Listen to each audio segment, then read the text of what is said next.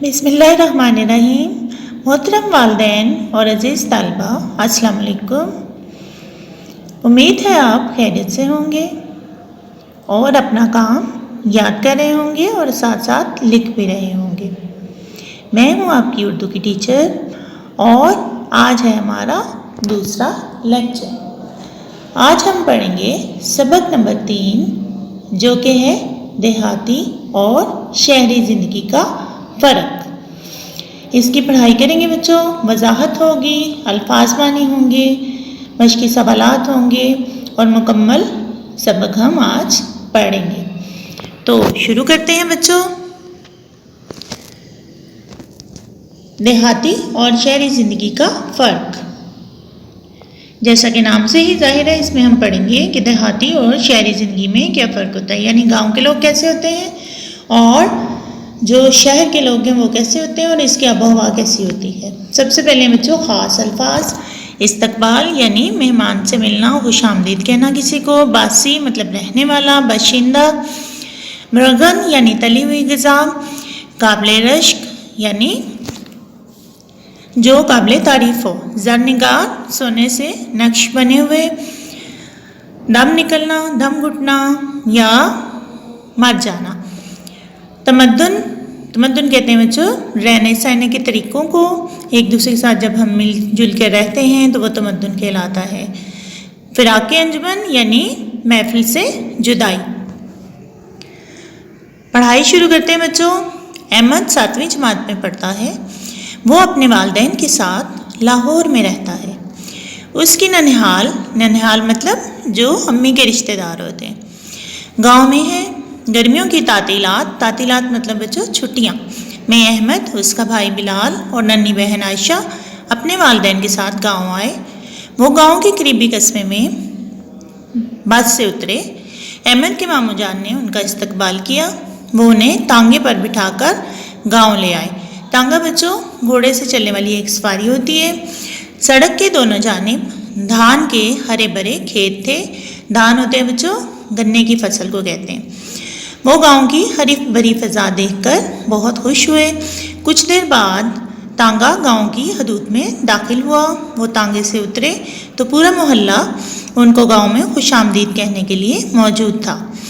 احمد اور بلال اپنے ماموزاد بھائی حسن کے ساتھ کھیتوں کی طرف چلے گئے۔ دھان کی فصل پانی دینے کے لیے ٹیوب ویل چل رہا تھا۔ وہ ٹیوب ویل سے نکلنے والے پانی میں نہائے۔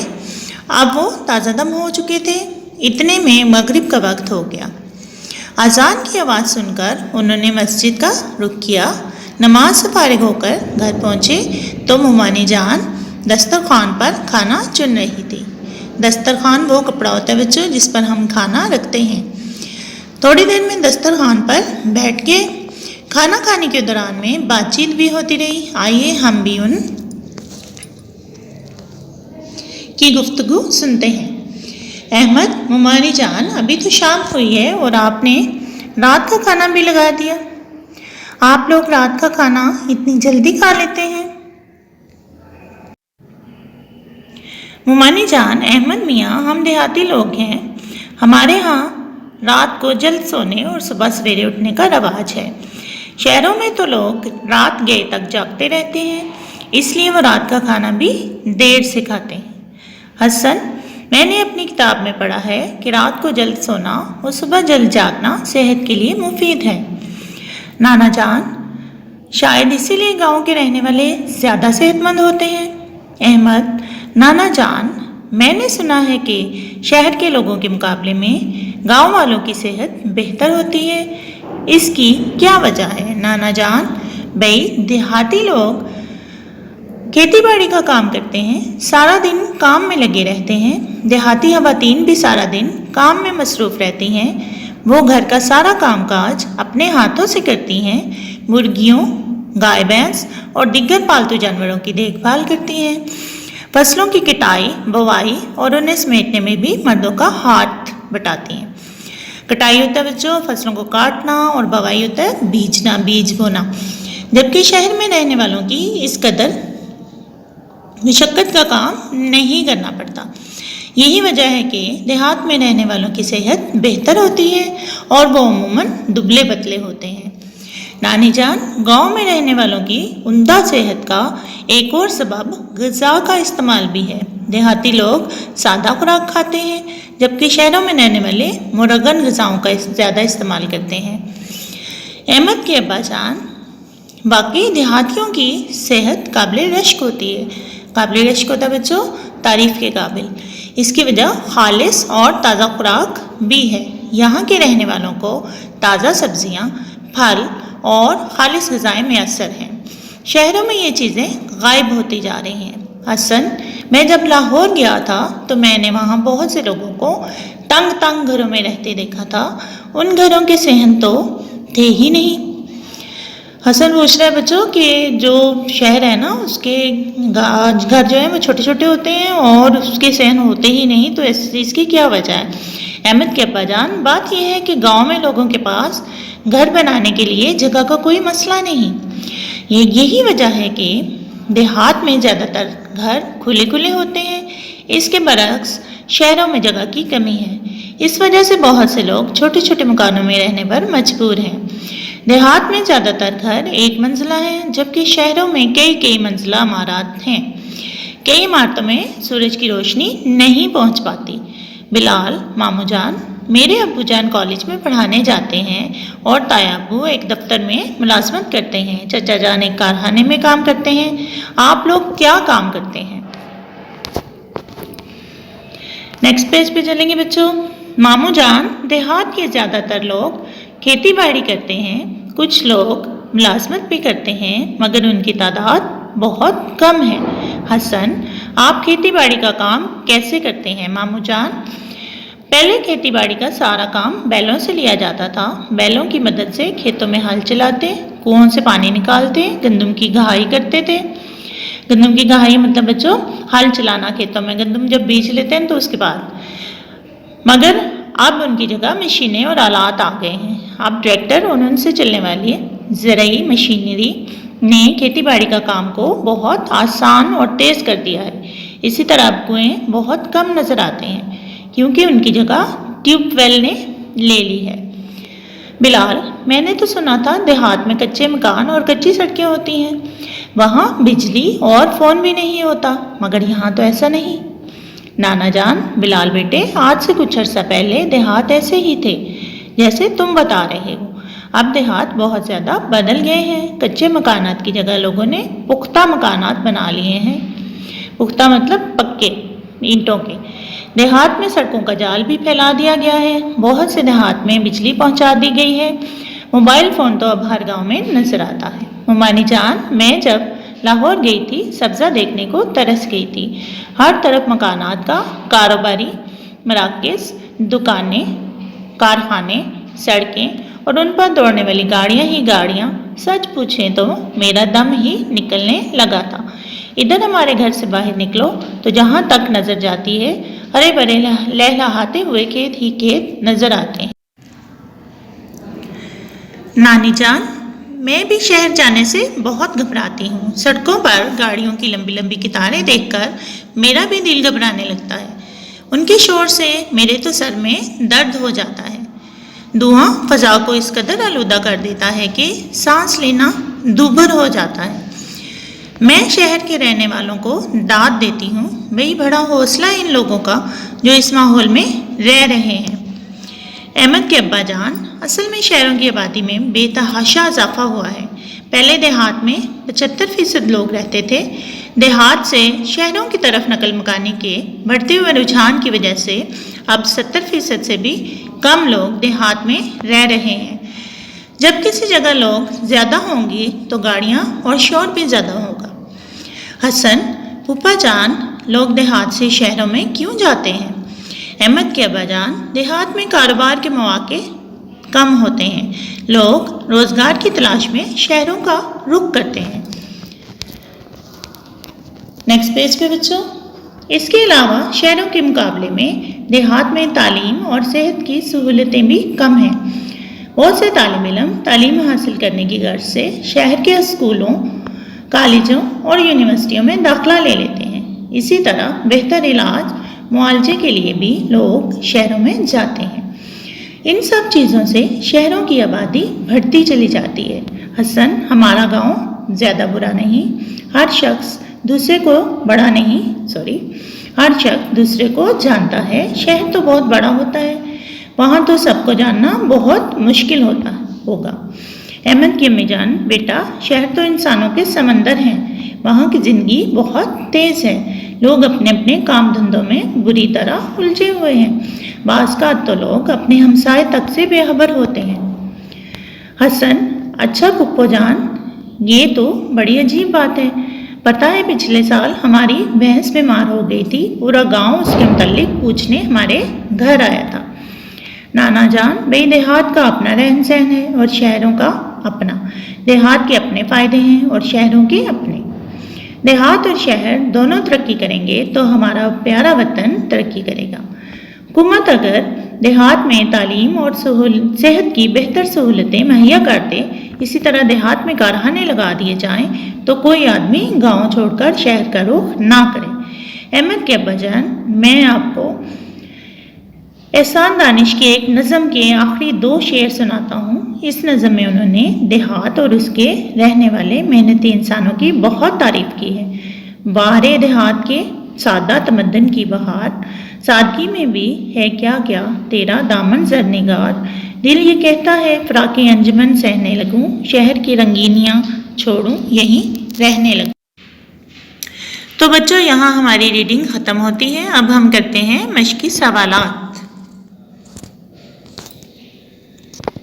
پہلے کریں گے بچوں الفاظ معنی، استقبال، مہمان کو لینے کے لیے آگے بڑھنا، خیر مقدم کرنا۔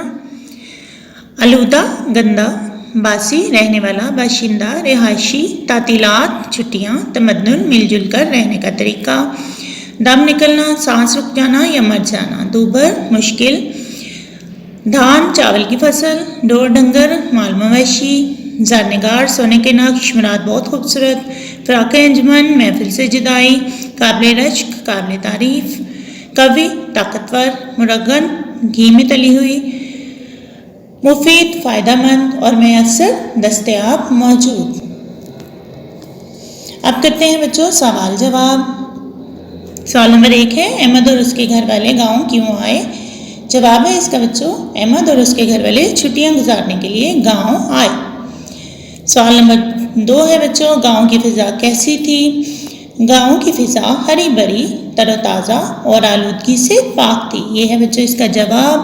سوال نمبر 3 ہے، دیہات میں رہنے والی اکثر خواتین موٹی کیوں نہیں ہوتی؟ جواب ہے اس کا بچوں، دیہاتی خواتین سارا دن کام میں مصروف رہتی ہیں، وہ گھر کا سارا کام کاج اپنے ہاتھوں سے کرتی ہیں اور پورا دن گھر میں بیٹھے بیٹھے نہیں گزارتی۔ سوال نمبر 4 ہے بچوں، اگر گھروں میں سورج کی روشنی نہ پہنچے تو اس سے کیا نقصان ہوتا ہے؟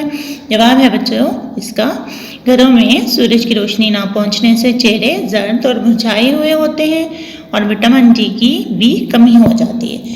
سوال نمبر 5 ہے بچوں، بڑے شہروں میں آلودگی کا کیا سبب ہے؟ جواب ہے اس کا، بڑے شہروں میں ٹریفک کی زیادتی اور گاڑیوں سے نکلنے والا دھواں فضا کو آلودہ کر دیتا ہے۔ سوال نمبر 6 ہے بچوں، موجودہ دیہات پرانے سے کس طرح مختلف ہیں؟ جواب ہے اس کا بچوں، کھیتی باڑی کا سارا کام بیلوں سے کیا جاتا تھا مگر اب ان کی جگہ مشینیں اور آلات آ گئے ہیں۔ ٹھیک ہے بچوں، اب آگے چلتے ہیں۔ نمبر 2، کنویں کی جگہ ٹیوب ویل نے لے لی ہے۔ نمبر 3، اس کی وجہ ہے بچوں، کچے مکانات کی جگہ پختہ مکانات نے لے لی ہے۔ نمبر 4، پکی سڑکیں، بجلی اور موبائل فون کی سہولت ہر گھر میں ہیں۔ سوال نمبر 7 ہے بچوں، لوگ دیہات سے شہروں کی طرف نقل مکانی کیوں کرتے ہیں؟ جواب ہے اس کا بچوں، لوگ تعلیم، صحت اور روزگار کی سہولیات کے حصول کے لیے دیہاتوں سے شہروں کی جانب نقل مکانی کرتے ہیں۔ سوال نمبر 8 ہے بچوں، اس نقل مکانی کو کیوں کر روکا جا سکتا ہے؟ جواب ہے بچوں اس کا، دیہاتوں میں تعلیم، صحت اور روزگار کی سہولیات فراہم کر کے نقل مکانی کو روکا جا سکتا ہے۔ یہ تھے ہمارے سوال جواب بچوں۔ اب ہم کرتے ہیں دیہاتی اور شہری زندگی کا فرق کا مرکزی خیال۔ سبق، شہری اور دیہاتی زندگی کے فرق میں بتایا گیا ہے کہ دیہات اور شہروں کا اپنا اپنا رہن سہن اور اپنے فائدے ہیں۔ دیہاتوں سے تعلیم، صحت اور روزگار کی سہولیات کے لیے شہروں کے مسائل میں اضافہ ہو رہا ہے۔ اگر حکومت دیہاتوں میں یہ تمام سہولیات فراہم کر دے تو شہر اور دیہات دونوں ترقی کریں گے اور ہمارا ملک پاکستان بھی۔ تو یہ تھا اس کا مرکزی خیال بچوں۔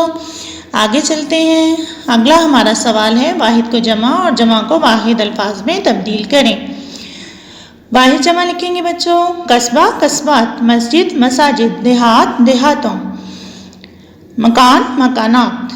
جمع واحد لکھیں گے بچوں، تعطیلات تعطیل، عمارت عمارات عمارت، مقامات مقام، مواقع موقع، آلات آلہ، مراکز مرکز۔ اگلا سوال ہے بچوں ہمارا، لغت کی مدد سے ان الفاظ پر اعراب لگائیں۔ استقبال، مغرب، فارغ، جانب، وقت، خالص۔ اس طرح سے اعراب لگانے بچوں۔ سوال نمبر 5، ہل اور ہل کا فرق جملوں کی مدد سے واضح کریں۔ ہل، کسان کھیتوں میں ہل چلا رہا ہے۔ ہل، میں نے ریاضی کا سوال حل کیا۔ آگے چلتے ہیں بچوں۔